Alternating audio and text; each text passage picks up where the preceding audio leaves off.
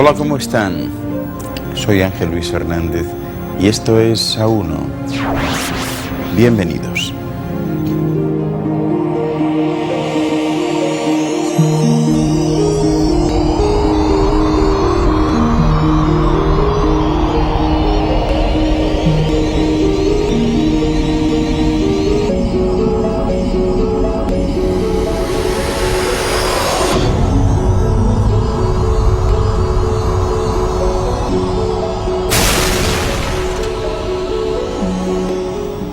A1 es un programa de investigación y de búsqueda de la verdad perdida, de desvelar misterios y enigmas, de descubrir los secretos y recuerdos del futuro. ¿Cómo eran las cosas cuando se instalaron aquí las primeras colonias de seres humanos? ¿Qué queda de aquellos tiempos en que todo era de todos y todos se consideraban de todos?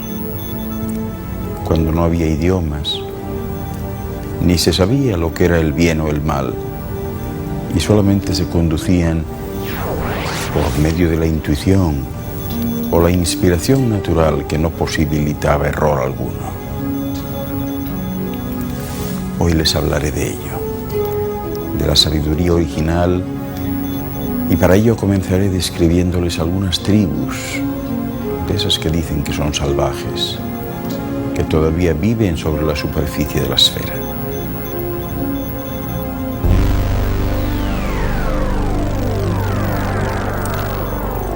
Fíjense, hay una tribu en África que es conocida como los Hadza.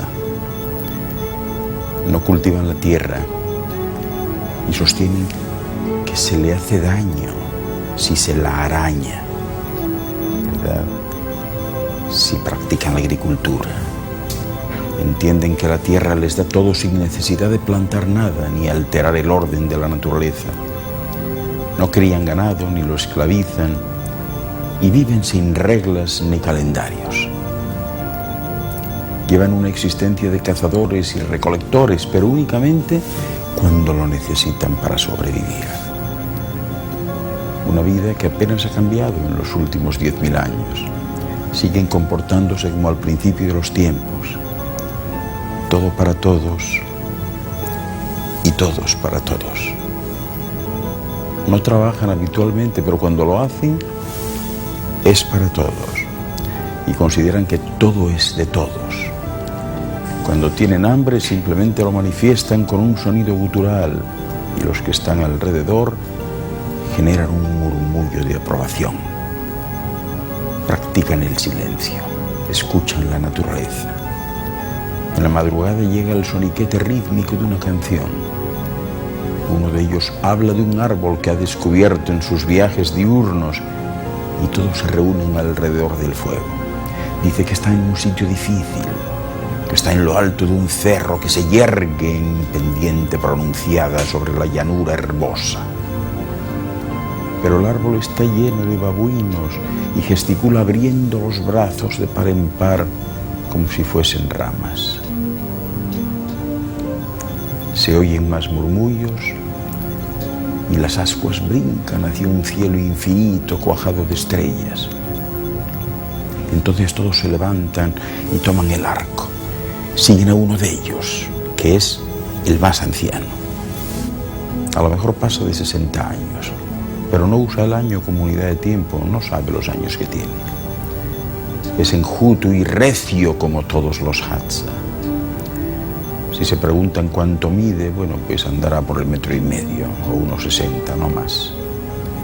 Los brazos y el torso llevan inscritos los jeroglíficos de toda una vida al aire libre.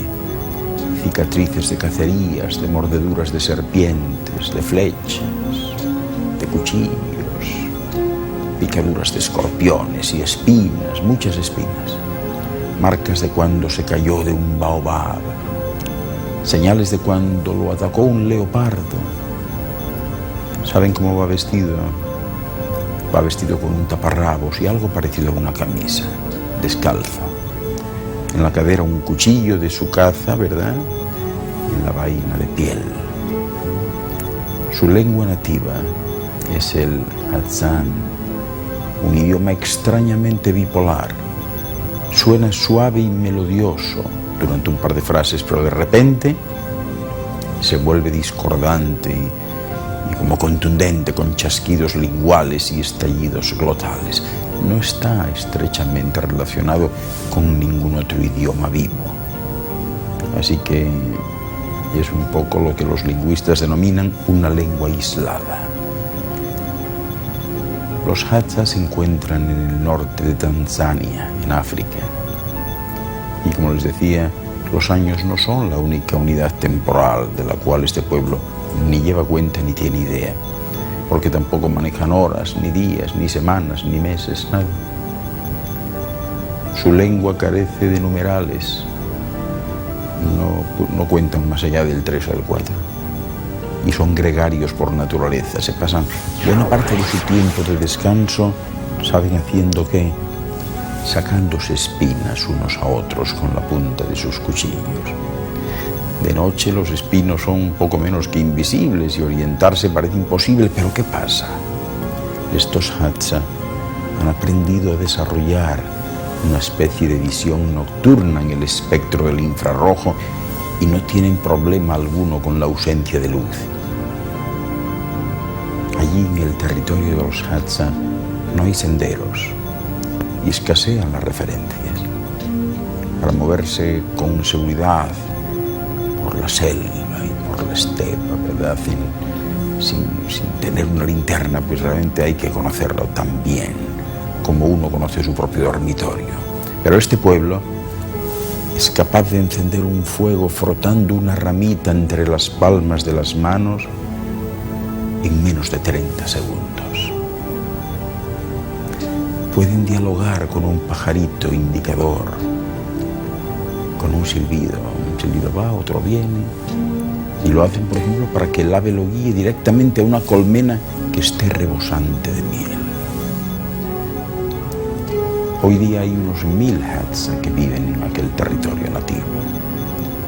Una llanura amplia que abarca las aguas saladas y someras del lago Eyasi y que está protegida por los baluartes rocosos del Gran Rift Valley. No tienen cosechas, ni ganado, ni refugios permanentes.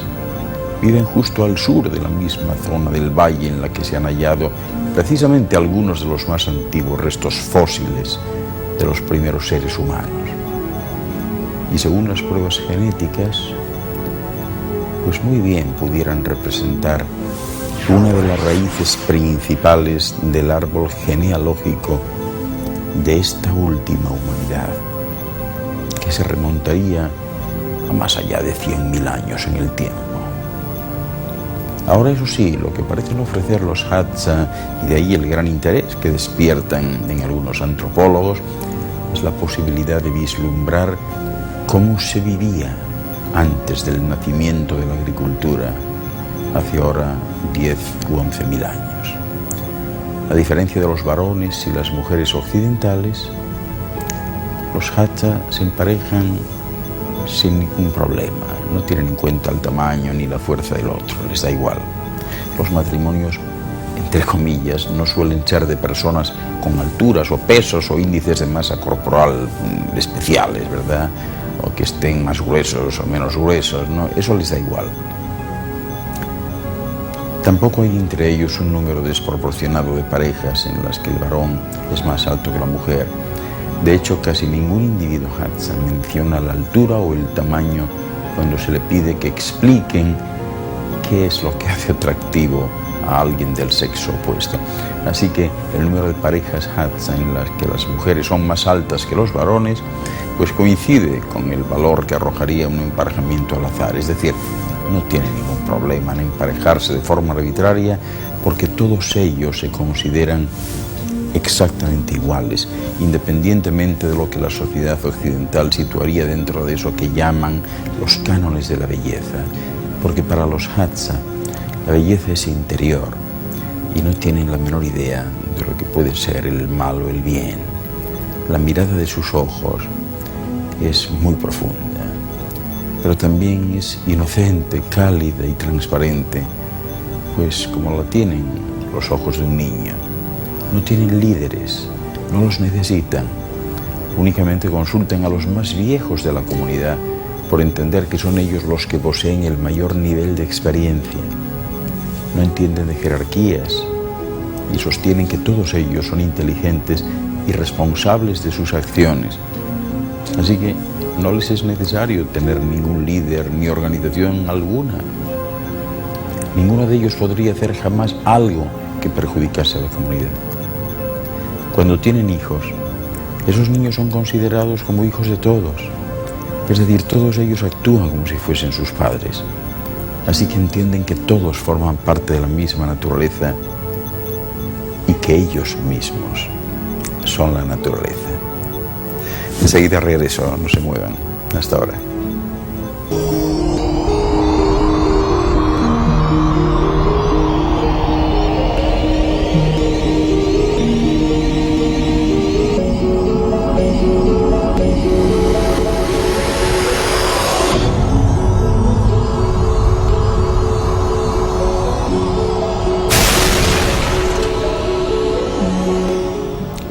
Les hablaré ahora de los Koyi, esa tribu, o una de esas tribus que los que se consideran avanzados dicen que son salvajes.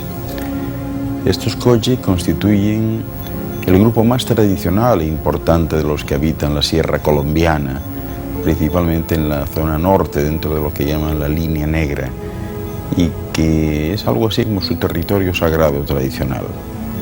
Estos son de los pocos grupos indígenas que no ha permitido el contacto con el hombre blanco para preservar sus tradiciones. Fíjense, durante la época colonial fueron obligados a establecerse en poblados permanentes que actualmente están abandonados. Pero hoy día pues están bastante bien establecidos en 15 pequeñas aldeas que están ubicadas en terrazas aluviales, ¿verdad?, próximas a quebradas o ríos a unos 1500 metros de altitud. Estas concentraciones se caracterizan por conservar el modelo de casa precolombina, eso que llamaban o llaman todavía bohíos, esas chozas redondas con un tejado de cana, ¿verdad?, así en forma cónica. Bien, estas chozas se agrupan alrededor de una superior, que es la casa de los hombres, que de alguna manera asume las funciones ceremoniales. Las mujeres no pueden acceder a las casas de los hombres y ellas ocupan pues las casas circundantes, ¿verdad? Están allí con sus hijos. La vida familiar de estos Koyi exige que hombres y mujeres vivan separados porque entienden que tienen necesidades distintas. Así que el poblado, propiamente dicho, solo se utiliza para comerciar, discutir asuntos de la comunidad y celebrar algunos ritos. El tiempo restante lo pasan en sus parcelas familiares, que están ocupadas igualmente por una choza para la mujer y los niños y por otra para el varón. En estas parcelas cultivan caña de azúcar, algodón, tabaco y coca como base de su economía doméstica. Los hombres realizan trabajo comunal, así como una artesanía especial para cocinar y tostar las hojas de coca que consumen, ya saben, para contrarrestar la fatiga y las bajas temperaturas que hay a esas altitudes, ¿verdad? Las mujeres permanecen en los bohíos confeccionando prendas de algodón y de lana, además de encargarse de la recolección. El mundo Koyi relaciona el matrimonio con el simbolismo animal, así que cada grupo de linaje transmitido de padres a hijos, ¿verdad?, o de madres a hijas, se haya relacionado con un animal macho o hembra respectivamente. Un hombre y una mujer solo podrán casarse si los animales que representan mantienen una vinculación, una relación de macho o hembra, además de cazador-presa. Es decir, imagínense un águila con una serpiente, un marsupial con un armadillo, un puma con un ciervo, etc. Por esta razón, el sentido del equilibrio dirige todos los aspectos de sus valores y creencias, y el grupo resiste a las influencias externas, fundamentalmente debido a la solidez de ese universo ético y religioso que tiene. Así que a este respecto existen en su mitología gran variedad de espíritus, entre los cuales diría yo que adquieren mayor importancia los espíritus de sus antepasados, y su autoridad suprema es habitualmente el más viejo, ¿verdad? A quien llaman Mamo, una especie de sacerdote. Siempre es esto, ¿verdad? Siempre recae sobre la persona de mayor edad que ostenta el poder decisorio en todos los aspectos de la vida cotidiana. Estos chamanes tienen verdaderas funciones sacerdotales enseñadas durante años de observación y estudio de la naturaleza. Además de las casas ceremoniales de cada poblado, existen otras en las cimas de las montañas que hacen las funciones de templos y que se hallan igualmente en manos de los mamos, valga la redundancia. A estas cimas llevan a cabo una peregrinación periódica, reuniéndose en los templos para celebrar ceremonias y otros ritos religiosos y liturgias, ¿verdad? Ahora, la cosmología de los Kogi es compleja. Consideran su universo como un huevo que relacionan con el útero, y es algo así como el vientre de la diosa madre, y dicen que en él vive toda la humanidad. Pero también cada casa, cada montaña o tumba también dicen que es un útero. Así que los templos que hacen en forma de embudo poseen una especie de puerta en su techo que se hace para permitir el contacto con los niveles cósmicos más elevados. Estas puertas son órganos sexuales en los que depositan las ofrendas que fertilizan a la diosa madre. Y de hecho, del techo cuelga una cuerda que representa el cordón umbilical, mediante la cual los sacerdotes se relacionan con las fuerzas sobrenaturales. Los mamos dirigen toda una serie de ritos solemnes y que son necesarios para el orden de ese universo, según ellos. Gracias a ello, el Sol sigue su trayectoria, las estaciones se suceden y el mundo y sus pobladores son fértiles. Así que los mamas, fíjense bien, son una tribu dentro de una tribu, y ellos son los líderes religiosos de los Kogi. Parece obvio concluir que los Kogi están disgustados con la sociedad occidental por los desastres en el medio ambiente, y advierten que si no se paran todos los niveles de contaminación, la Tierra va a morir. Conocen bien esta sociedad. ¿Saben por qué?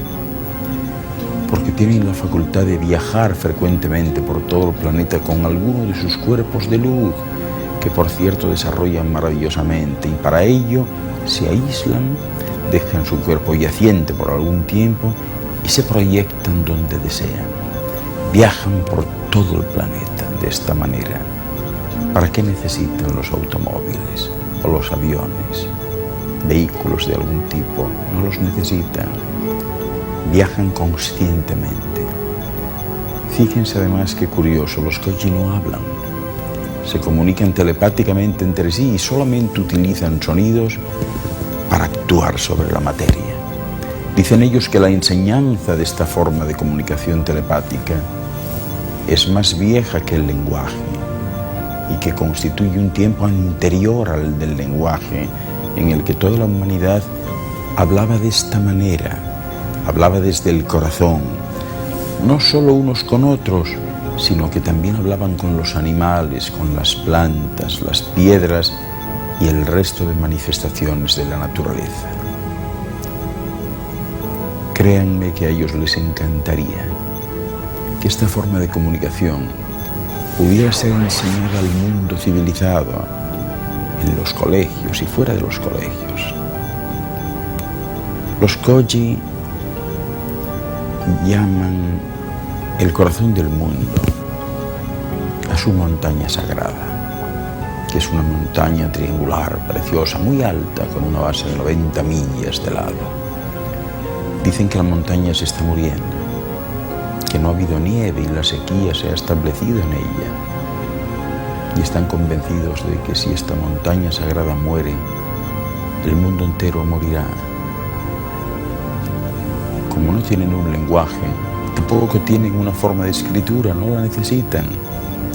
Y casi nadie fuera de su mundo conoce esa forma de comunicación. Una comunicación que no necesita de sonidos, ni de símbolos.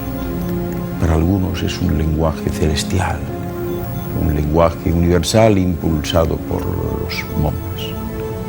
Un lenguaje donde se habla desde el corazón, proyectando imágenes y sentimientos, algo verdaderamente impresionante que parece ir más allá de la realidad. No se me vayan, que enseguida regreso, tengo mucho más que contarles. Enseguida vuelvo, hasta ahora.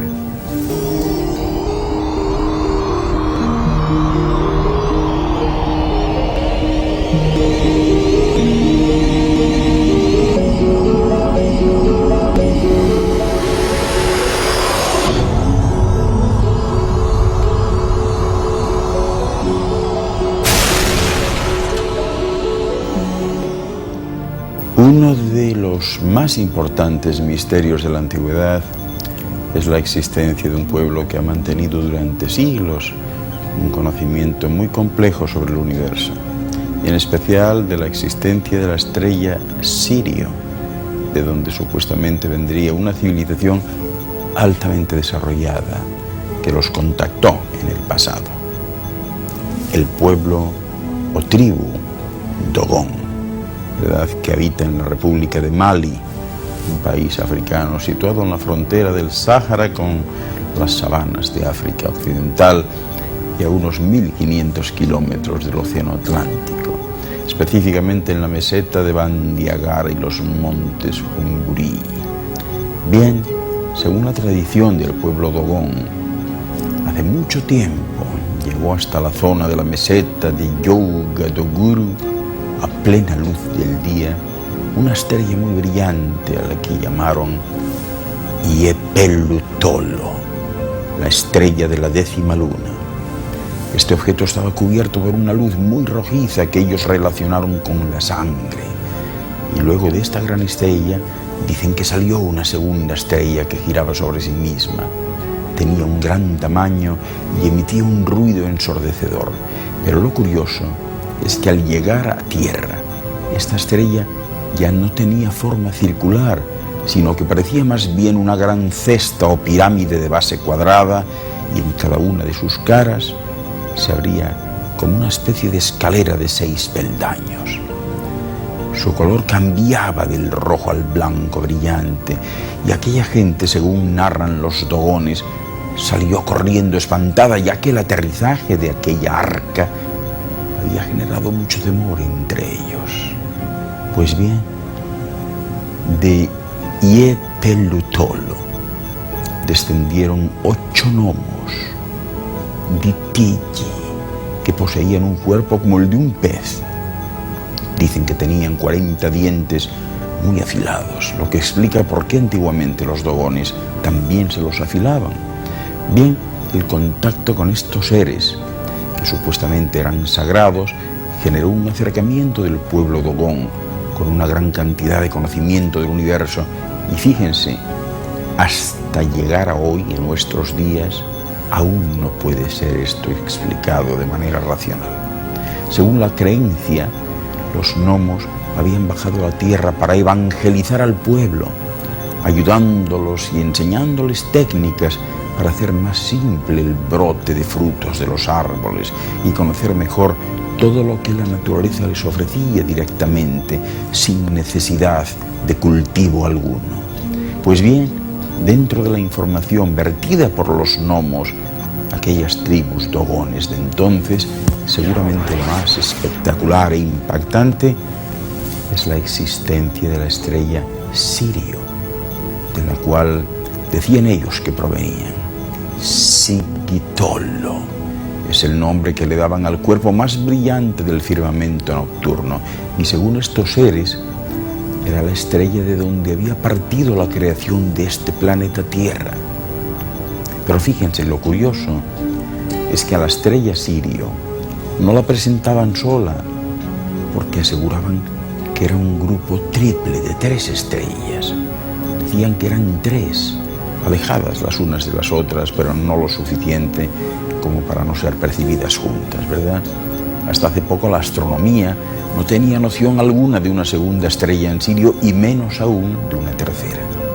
Bueno, pues recién en el año 1995, dos franceses, Divinty y Benest, descubrieron un tercer cuerpo en el sistema de Sirio. Según los dogones, los hombres peces, les habían hablado de Sirio B como Potolo y afirmaron que era una estrella pequeña, pero de una masa muy pesada llamada Sagala.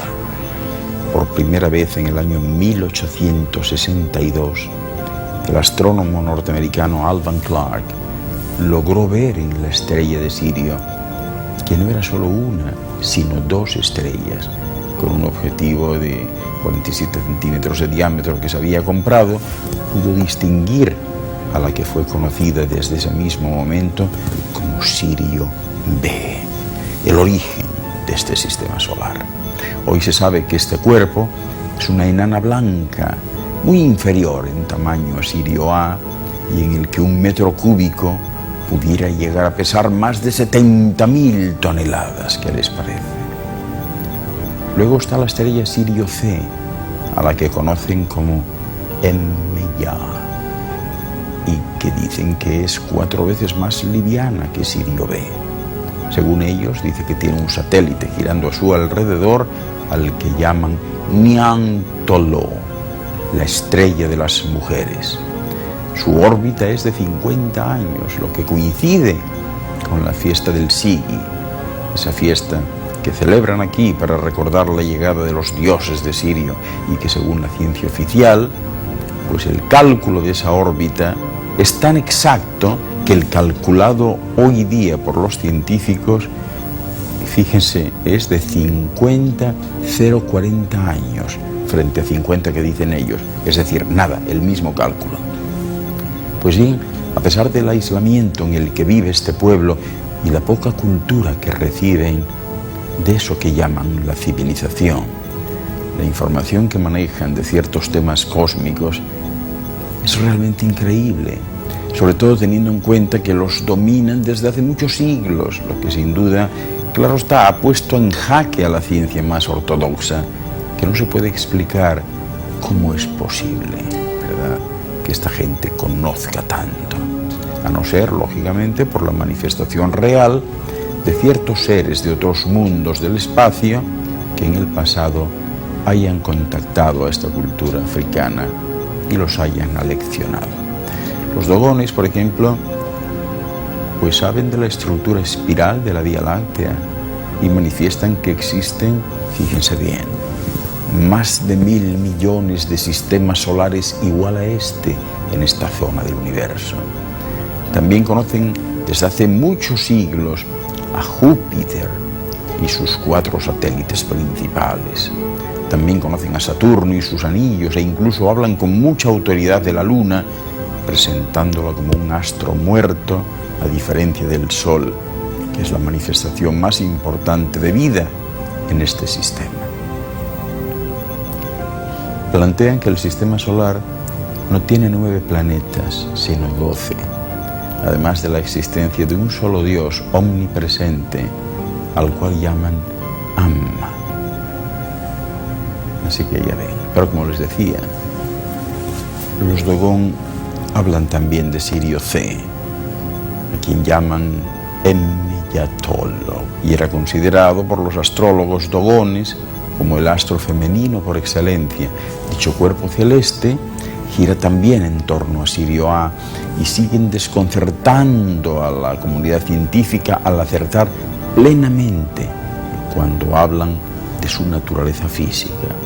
Dicen que es una estrella más voluminosa que Potolo, Sirio, y 4 veces más ligera. ¿Qué les parece? Según ellos, lo que aquí se llama Sirio C se encuentra en el plano orbital de Sirio A y Sirio B, formando un ángulo de unos 90 grados. Y así mismo es. Los dibujos de carácter cósmico que ejecutan en sus ceremonias secretas y que fueron dados a conocer por Robert Temple también sugieren otros conocimientos desconcertantes. Así, por ejemplo, se ha comprobado que plasmaron correctamente la trayectoria de Sirio A y de Sirio B por el espacio, un hecho que ha sido verificado informáticamente no hace mucho tiempo. Asimismo, aciertan al representar el sistema de Sirio con sus órbitas perfectamente correctas. ¿Y qué más les puedo decir? Que gracias a sus toscos pero expresivos diseños, que son propios por otra parte de la simbología religiosa, resulta evidente que conocían desde hace siglos que Saturno posee anillos y que Júpiter tiene muchas lunas. Y respecto al periodo orbital antes descrito de Sirio B, ¿saben lo que dicen? Los Dogon dicen lo siguiente, que la duración de su revolución es exactamente 50 años, como mencionaba antes. Y coincidiendo con este evento cósmico, cada 50 años celebran, por tanto, esa fiesta del Sigi, en la que representan con sus máscaras e indumentarias el aspecto físico que tenían aquellos civilizadores que les dieron estas impresionantes informaciones y les ayudaron a vivir mejor. Casualmente, estos civilizadores, muy similares, ¿verdad?, al que también prevalece en muchas áreas de África, Oannes, dicen que vinieron de Sirio en un arca que giraba sobre sí misma y a la que estos dogones representan de forma circular, como un inmenso platillo volador. Su tradición nos dice que en el momento del descenso, este Nommo, nombre con el que por cierto también se conoce a los instructores celestes en el Sudán, ¿verdad?, lanzó su palabra a las 4 direcciones y relacionan el sonido del arca con el choque de 4 grandes piedras dentro de una cueva cuando hacen la celebración. También cuentan que cuando el vehículo aterrizó, pues era como una llama que se apagó o se apagaba al tocar el suelo.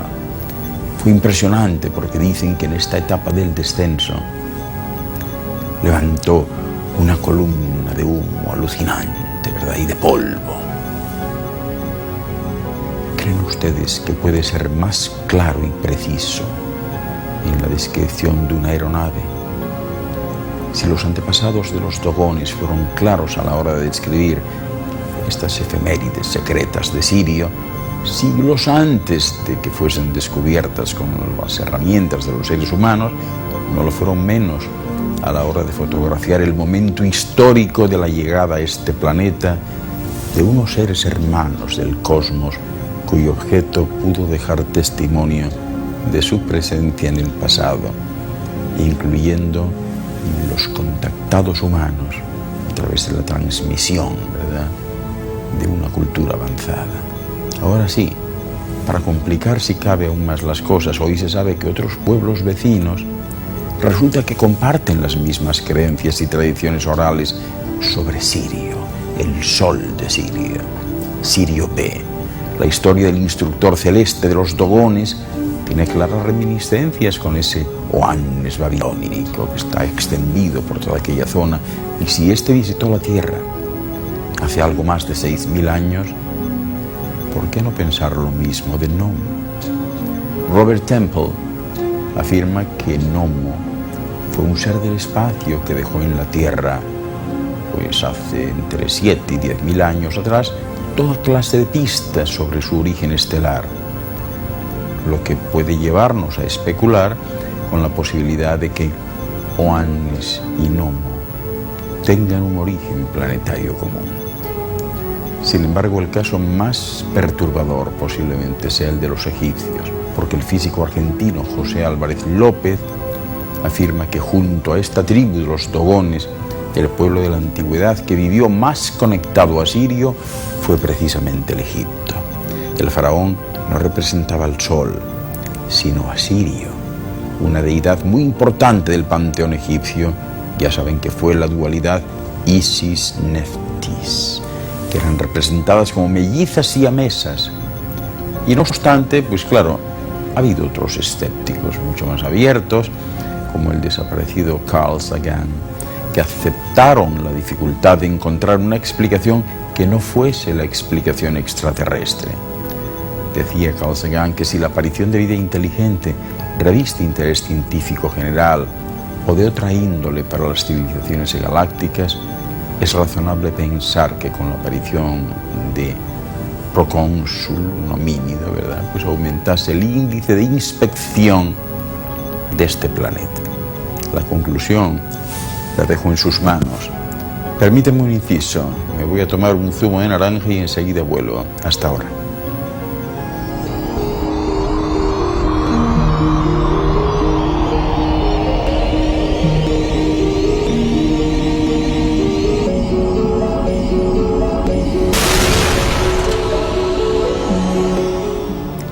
Muchas veces me preguntan si todavía quedan por aquí personas que formasen parte de aquellas colonias del espacio que vinieron eventualmente a esta esfera en el pasado.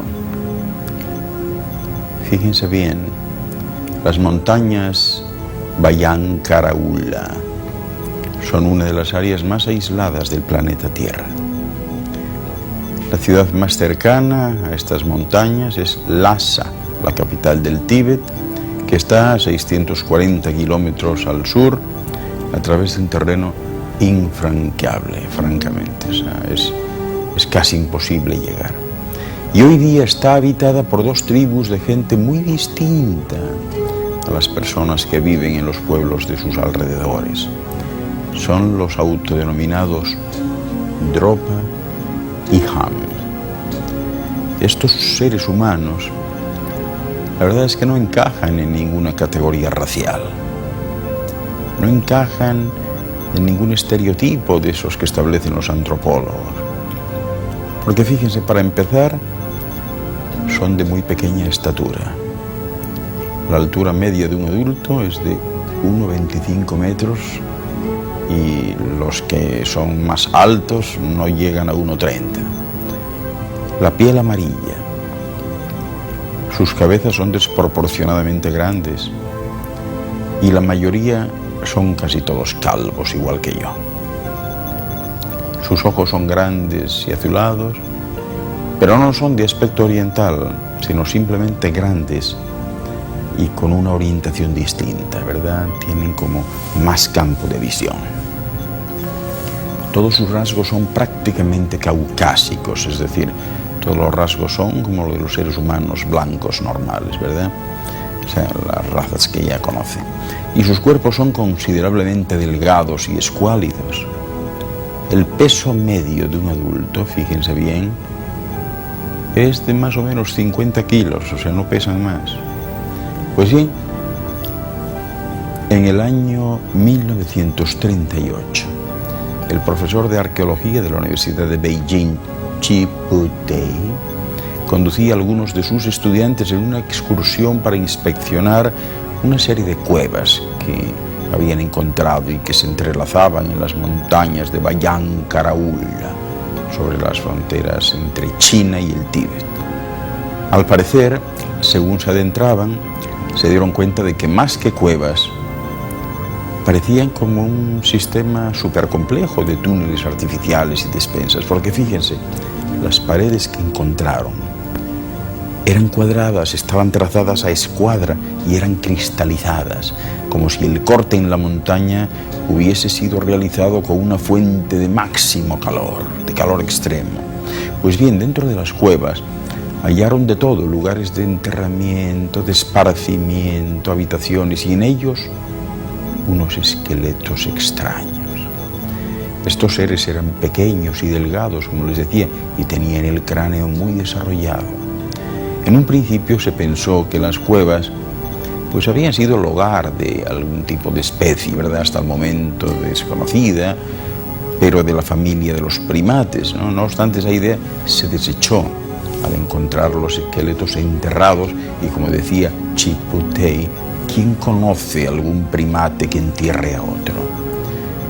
Poco después fueron realizando otros descubrimientos en las cuevas y excluyeron definitivamente la idea de que esos restos fuesen de primates o de monos, ¿verdad?, o de chimpancés. Sobre las paredes encontraron montones de pictogramas tallados. ¿Saben de qué? Del cielo, el sol, la luna, las estrellas y el planeta Tierra. Y todo ello con las líneas de puntos que los conectan. ¿Qué les parece? Pero el descubrimiento más fantástico de todos se encontró semienterrado debido a la suciedad de la cueva, y se trataba de un disco de piedra. Era un disco obviamente realizado por la mano de una criatura inteligente. Aquel disco tenía 22.7 centímetros de diámetro y 2 centímetros de grueso. Y también tenía un agujero en el centro, prácticamente idéntico a los discos estereofónicos de aquí, ¿verdad? Era perfectamente circular. Y de ahí surgía como una especie de surco fino, en espiral, hacia el exterior, con caracteres escritos. Fíjense bien, aquí lo tienen. Miren qué maravilla, que parece un disco fonográfico, con el agujero interior y con esas espirales tan impresionantes, ¿verdad? El primero y el más destacado de los discos fue datado por los científicos entre 10.000 y 12.000 años de antigüedad, mucho más antiguo que lo que se especula sobre las grandes pirámides de Egipto.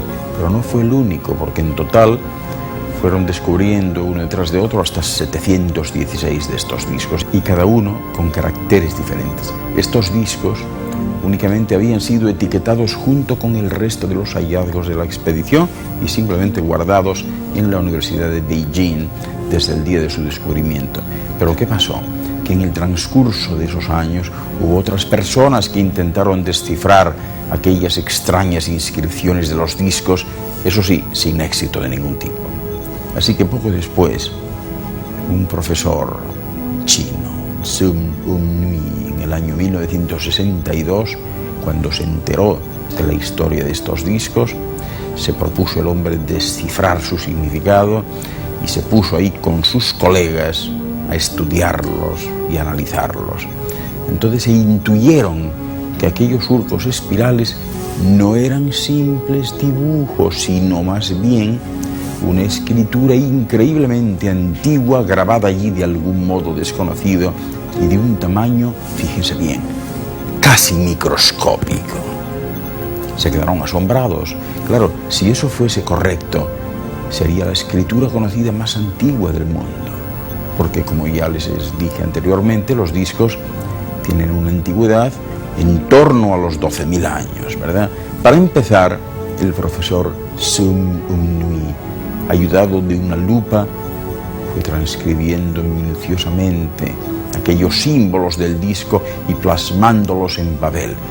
Un artículo que hablaba sobre Sun Un-Nui y su investigación reseñó lo siguiente, fíjense, decía así: durante este proceso al profesor le iban asaltando preguntas tales como ¿cómo pudo un pueblo primitivo realizar unos discos tan exactos? ¿Cómo labraron una escritura casi microscópica en la piedra? ¿Con qué tecnología? ¿Quiénes eran y para qué fin realizaron estos cientos de discos? Pues bien, una vez que los caracteres de todos los discos fueron copiados, el profesor Sun Un-Nui y sus colegas comenzaron la ardua tarea de intentar descifrar su contenido, y finalmente, intercambiando dibujos por palabras y frases, llegó a descifrar parte del código o escritura. Hecho esto, se dedicó a ordenar los discos de la forma más coherente que pudo, y así pudo conseguir una transcripción parcial. La historia que se contaba en los discos era simplemente asombrosa, era increíble. El profesor pasó a papel la transcripción, así como sus conclusiones, y lo presentó en la universidad para su publicación posterior, que naturalmente ya se pueden imaginar, fue prohibida. Sin embargo, la verdad siempre vence, y 3 años después, en 1965, y de forma inesperada, un artículo escrito por el filólogo ruso Vyacheslav Zaytsev, Apareció en la revista alemana Das Bertelsmann Universen y en la ya mencionada revista anglo-rusa Sputnik, contando la historia de los discos, su composición y sobre todo un extracto especial de lo que había descifrado aquel profesor Sum Nui. Los discos cuentan la historia de una nave espacial procedente de un planeta lejano que tuvo que realizar un aterrizaje forzoso en las montañas de Bayan Karaula. Los tripulantes de la nave espacial, los Dropas, buscaron refugio en las cuevas de las montañas y a pesar de que sus intenciones eran buenas y que ellos eran pacíficos, aquellos Dropa no fueron comprendidos por los miembros de la tribu Ham, que eran las que ocupaban las cuevas vecinas, y pensando que eran enemigos que querían apoderarse de su territorio, persiguieron y mataron a muchos de ellos. Cuando finalmente la tribu de los Ham comprendió el lenguaje por señas de los Dropa, los admitieron en su territorio, al saber que los recién llegados tenían intenciones pacíficas y eran gente dulce, tranquila, nada beligerante. Los discos también cuentan cómo los Dropa fueron incapaces de reparar su nave espacial y al final se tuvieron que quedar aquí. La imposibilidad de continuar, quedar aquí. Así que al final llegamos a la conclusión siguiente. ¿Qué fue de aquella forma de vida original? Existen otras posibilidades de evolución fuera de esto que hemos llamado la evolución occidental. Visto todo esto, tal vez muchos de ustedes se preguntarán: ¿podría la humanidad volver a esa esencia primigenia en la que reinaba el espíritu colectivo del todo para todos y todos para todos?